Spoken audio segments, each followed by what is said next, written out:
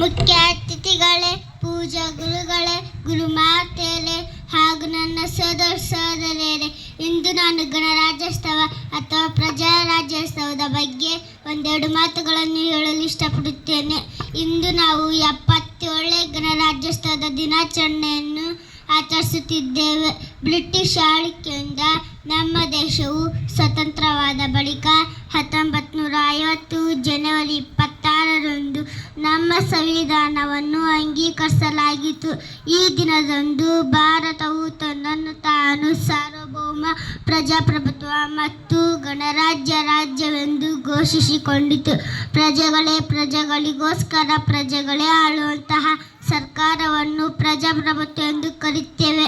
ಪ್ರಜಾಪ್ರಭುತ್ವಕ್ಕೆ ಇನ್ನೊಂದು ಹೆಸರೇ ಭಾರತ. ವಿಶ್ವದಲ್ಲೇ ಅತಿ ದೊಡ್ಡ ಲಿಖಿತ ಸಂವಿಧಾನ ಹೊಂದಿರುವ ದೇಶ ನಮ್ಮ ಭಾರತದ ದೇಶ ಎಂಬುದೇ ನಮಗೆ ಹೆಮ್ಮೆಯ ವಿಷಯ.